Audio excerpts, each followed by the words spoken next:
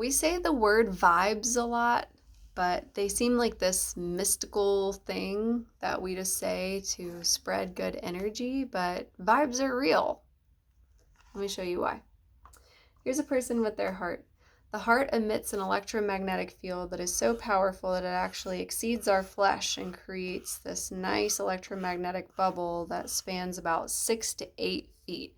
Meaning, if you are in contact with another person and you are within 6 feet of them, your electromagnetic fields are actually crossing and intersecting, meaning that you are sharing energy with that person.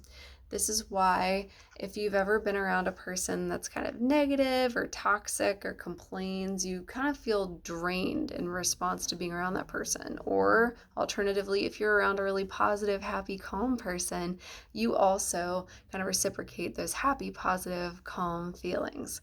It's a real thing.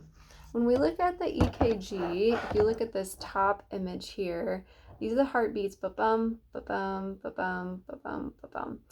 In recent research, we see that the millisecond activity between each heartbeat actually tells us what the autonomic nervous system is doing.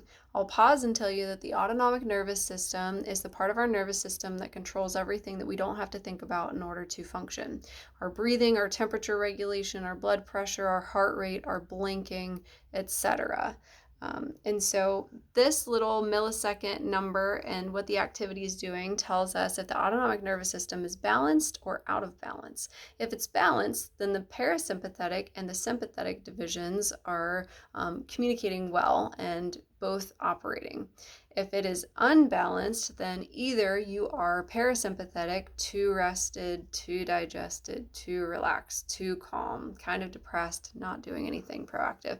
And if you are too sympathetic, you're too on edge and overworked, and idle time is not good, and you're pressured and you can't sleep and you're high stress.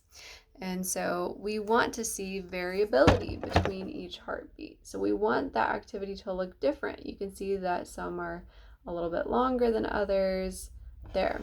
So electromagnetically speaking, this is on the EKG, we can measure in coherence and see how coherent, meaning how stable the heart is. And so low heart rate variability indicates low or out of coherence, and high heart rate variability indicates coherence.